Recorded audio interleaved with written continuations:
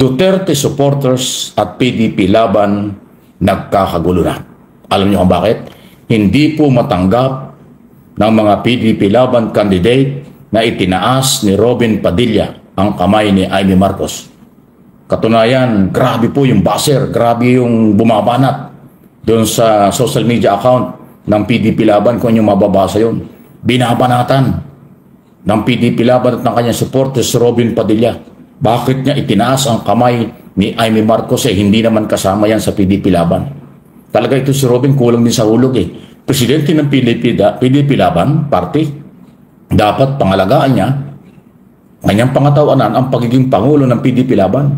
Bago siya gumawa ng ganyan, dapat kanyang kinukonsulta, dapat kanyang inaaral kung ano ang epekto sa kanyang mga kasamahan. Ay bigla niyang itinaas ang kamay ni Amy na kanya rin kandidato, ay hindi naman alam pala ng partido, ay ang galit sa kanya ngayon. Isa yan sa dahilan kung bakit sila nagkakagulo. At yun namang mga DDS, kaya nga Duterte supporters at PDP laban nagkakagulo. O yan, nasabi ko na kung bakit nagagalit at nagugulo ang PDP laban dahil sa ginawa ni Robin Padilla.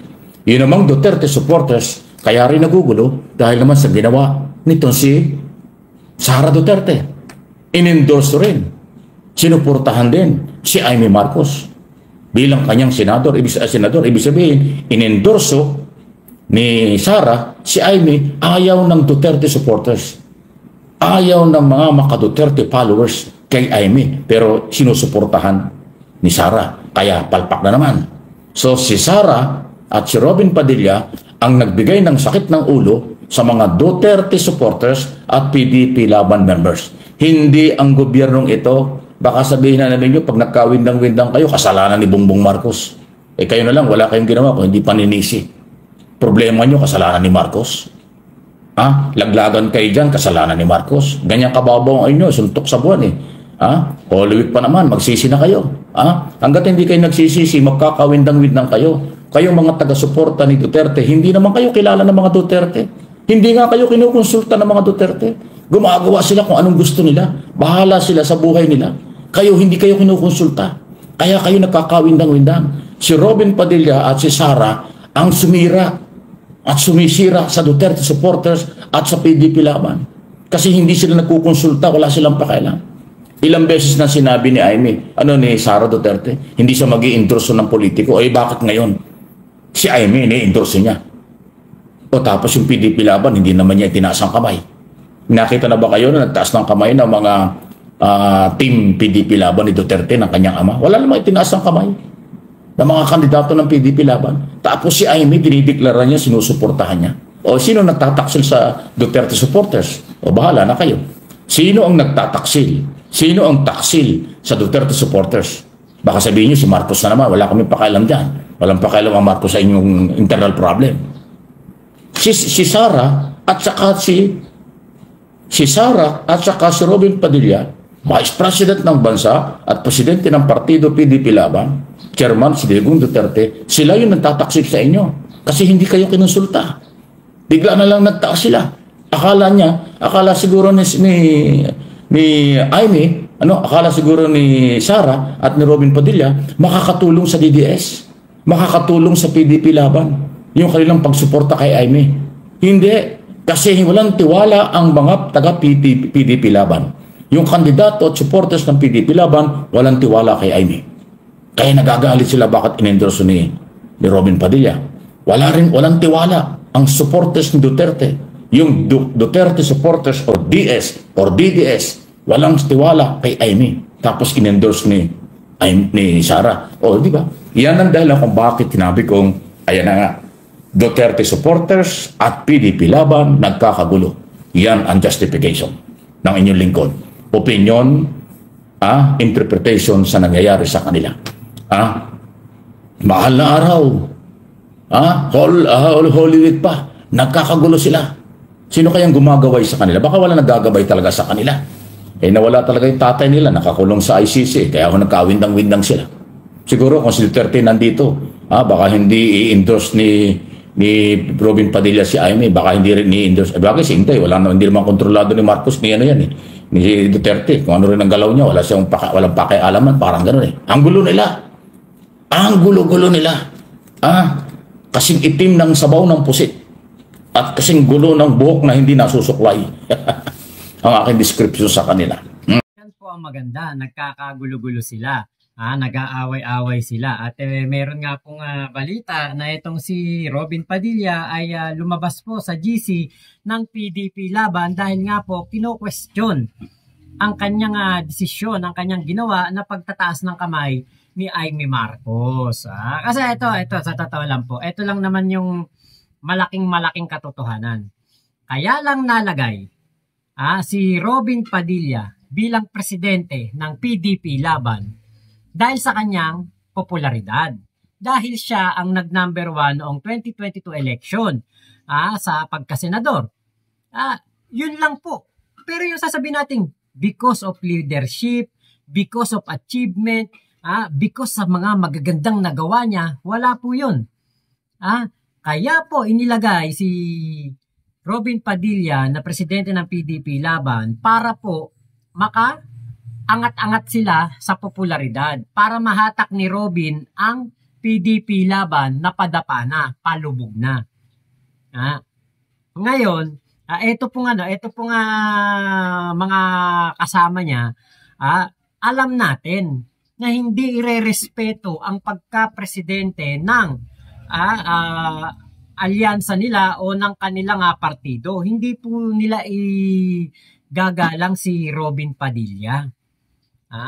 Kada gagawin nito, kailangan magsalita muna si Robin, magsabi muna siya sa kanyang mga kaalyado, sa kanyang mga kapartido, dahil kumbaga si Robin Padilla, oo nga siya ang presidente, pero siya yung saling pusa lang dyan. Saling pusa lang. Di nyo ba napansin? Si Bato de la Rosa, inendorso ni Sara. Si Amy Marcos, si Camille Villar, inendorso ni Sara. Pero bakit si Bongo hindi? Kasi nga po matagal nang may alitan ang dalawang yan. Matagal nang imbierna si Sara Duterte kay Bongo. Dahil nga po si Bongo ay himot tumbong sa tatay ni Sara.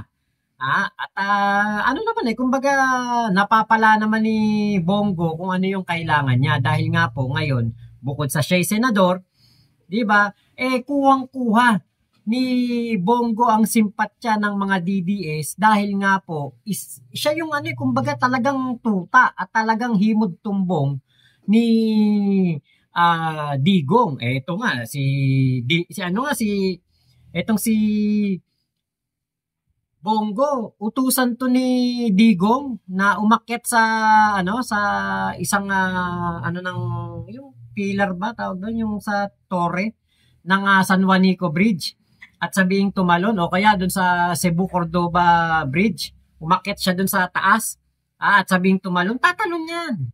Ganyan po si Bongo kay Digong. Ganyan kasolid yan, ganyan katindi yan. Pag nga sinabi ni Digong, dilaan mo pa ako, ay talagang didilaan ni Bongo pa ni Digong. Ganyan po katindi si Bongo, kasolid kaya Digong. Kaya ngayon nagkakaroon ng paligsahan yan. Siyempre, yung anak gusto niya siya ang malakas sa tatay niya. Itong si Robin gusto niya siya ay malakas kay Digong. Pero di ba kita nyo, hindi nga pinapasok sa loob ng ICC yan Hindi nga kinausap ng personal yan tapos nga syempre si Bongo parang binaypas mo kami. Ayaw namin dyan i-endorse yan si Amy. Apatid dyan ni BBM, ba't may endorso? Diba? So kulang sila sa pagkakaisa. Yan ang wala sa kanila, di ba? Kaya nga 'di ba nasira ang unity team kasi walang pagkakaisa dahil ayaw ng mga Duterte nang nagkakaisa. Ang gusto nila sila lang. Sila lang ang nasa tatsulok. Ang gusto nila sila lang yung nasa taas. Ayaw nilang meron silang kasama. Ayaw nilang meron silang kahati. Ayaw nilang meron silang kakompetisyon. Lalong-lalo na ayaw nila na may kakampi sila. Bakit? Kasi eventually may mga malalaman ito na sikreto at tsak na ang mangyayari, lalabas ang kanilang mga maiitim na lihim. So, ito. Yan na natin, play pa natin itong video ni Sir Mike. O ito pa, ingat po kayo ha. Grabe yung mga survey. Fake pala yung mga survey. Hindi ko nila lahat ha. Hindi ko nila lahat. Yung mga company, yung mga survey company, nagagamit pala. Nababayaran pala. Hindi ko nila lahat. Sino sa inyo nababayaran ito papagamit sa politiko? Para sila maging number 1, number 2, o di ba panlili lang sa mga Pilipino? Kaya ito na lang po ang tip ko sa inyo, mga butanteng Pilipino, huwag na tayong maniwala sa survey. Huwag na kayong maniwala sa survey, nakakabayaran pala dyan. Ha? Yung palang mga survey company ay nababayaran ng mga kandidato para tumaas ang kanilang rating. So ginuguyo tayo, ginuguyo kayo. Ako, hindi ako maguguyo dyan. Kasi sa akin, kahit number 1, kung ayaw ko, wala sila magagawa sa akin. At hindi ko iboboto yung mga yan. Nako, totoong-totoo po yan, yung mga survey na yan, na mga nababayaran. Kasi hindi naman po kikilos yung mga yan kung walang magkukomisyon, walang magbabayad. Saka isa pa po ito naalala ninyo panahon ni Digong, napakataas ng approval at trust rating niya. Diba? Kahit na napakaraming krimen na nangyayari, kahit na ibinabaon tayo sa utang, kahit na pinapamigay niya ang West Philippine Sea, kahit po na napakarami ng tao ang nagpapakita ng disgusto sa kanyang mga ginagawa, ang taas pa rin ng approval at trust rating. Kasi nga, kapag hindi nila binigyan ng mataas na rating si Digong, yari sila, baka matukhang sila. Kaya ako po hindi naniniwala dyan sa mga survey na yan. Hindi po. Lalo nitong nakaraan, pinakita nila mas mataas pa ang satisfaction rating ni Sara Duterte. Tanungin nyo, ano ginawa ni Sara sa loob ng 1 buwan doon sa Dahig? Nagtatrabaho ba? Hindi. Nagbabantay sa kanyang tatay. Tapos ang taas na satisfaction rating. Ang taas ng trust rating. Katarantaduhan yan. Isang buwan na hindi nagtrabaho, tumaas pa ang satisfaction at trust rating sa survey. Huwag nyo kaming ginagago. Katarantaduhan yan. Ang tagal-tagal niyang nag-absent sa Office of the Vice President. Tapos, siya pa ang mayroong pinakamataas na rating sa survey. Talagang sabi ko, wala na talaga. Katarantaduhan na talaga itong mga survey ng mga survey firm na ito. Katarantaduhan talaga yan. Hindi nakapanipaniwala yan. Huwag nyo naman kaming masyadong ginagago. Huwag nyo naman kaming masyadong inuuto. Diba kasi, pinagtataka ko, nakita ko, lumabas yung survey. Sabi ko, bumaba si PBBM, bumaba si Chis Escudero, saka si House Speaker Martin Romualdez. Hindi ko pa ganong pinansin. Sabi ko, baka maka-DTS yung survey firm. Sabi ko pang ganon.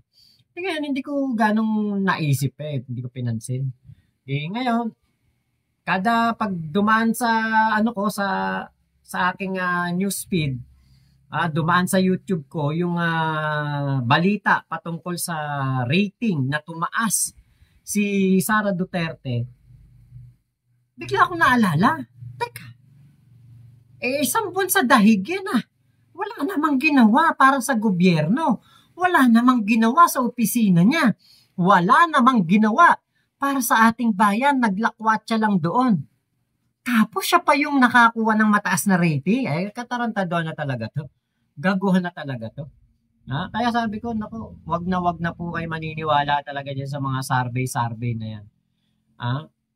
Ngayon, ito po yung isa sa mga sinabi ni Sir Mike Abe na talagang sabi ko, aprobado sa akin to. Panoorin po ninyo.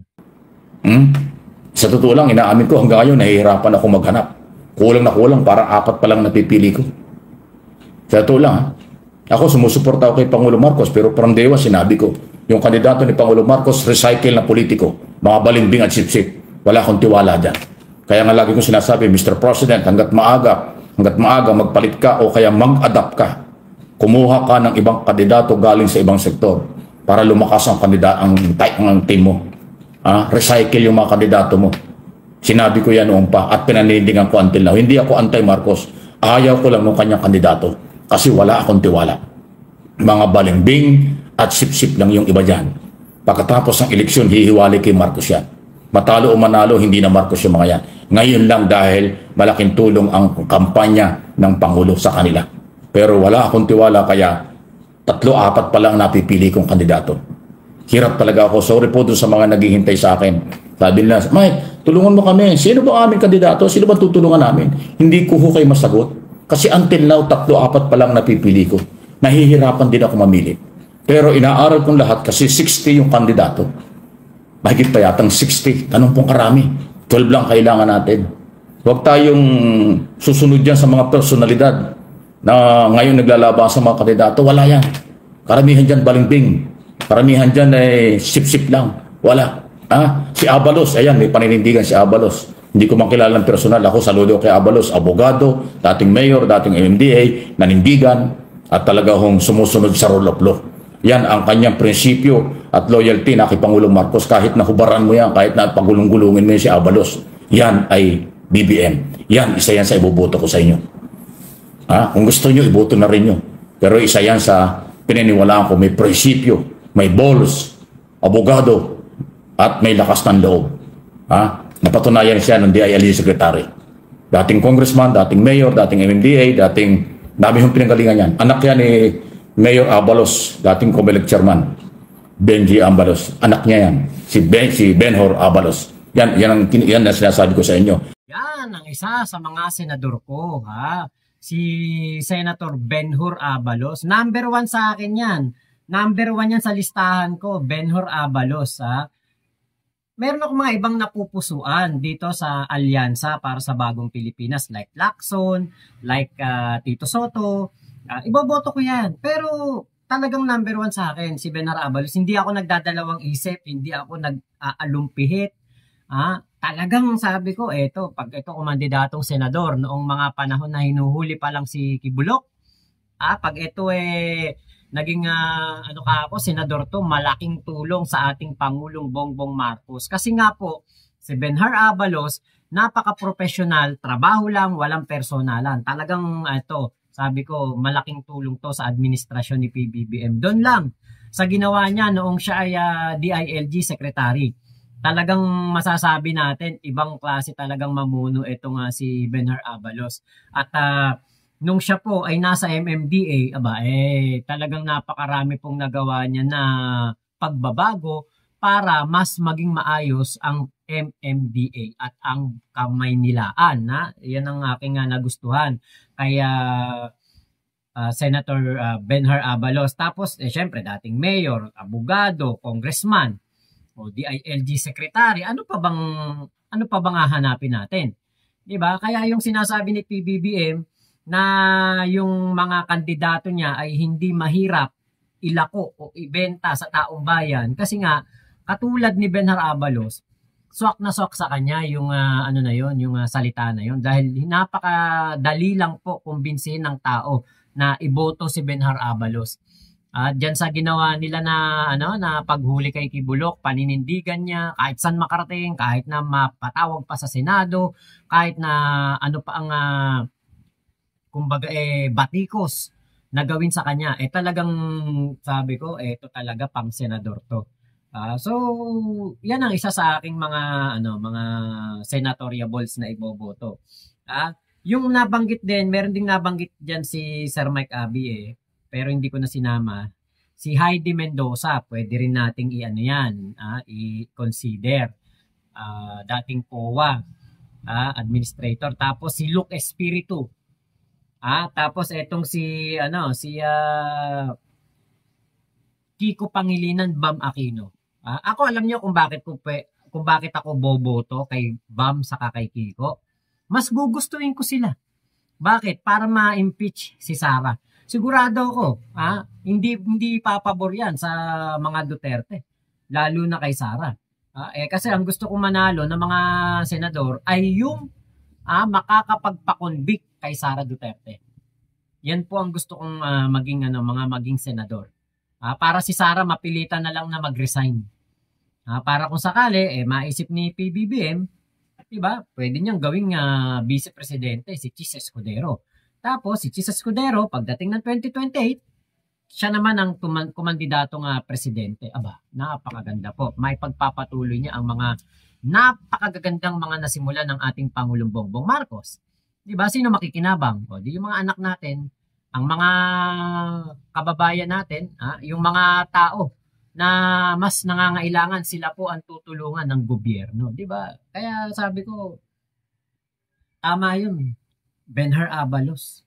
Pagdating ng 2025, tapos 2028, pagkatapos niyan, 2034, malay nyo, Yorme Isko Moreno, tapos na yung term niya sa Maynila niyan, kumandidatong presidente, malay natin, Tulfo naman, di ba?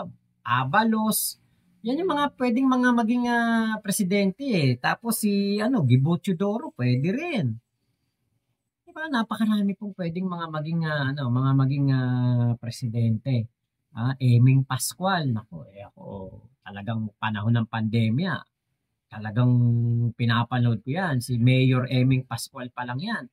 Talagang gustong-gusto ko na yan. Kaya abangan natin. Napakahaba pa naman ng panahon eh. Saka matagal pa yun. 2028, 2034 na yung nababanggit ko.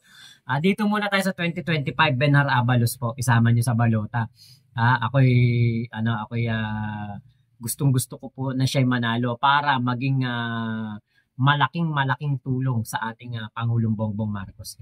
So, yun lamang po. Maraming salamat sa pagsama nyo dito sa aking vlog na ito. Ingat po kayo. Nasa mga panig kayo ng mundo. Momo, chup chup.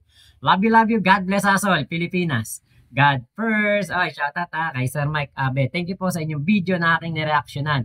MA Pinoy TV at Mike Abe Opinions dito po sa YouTube.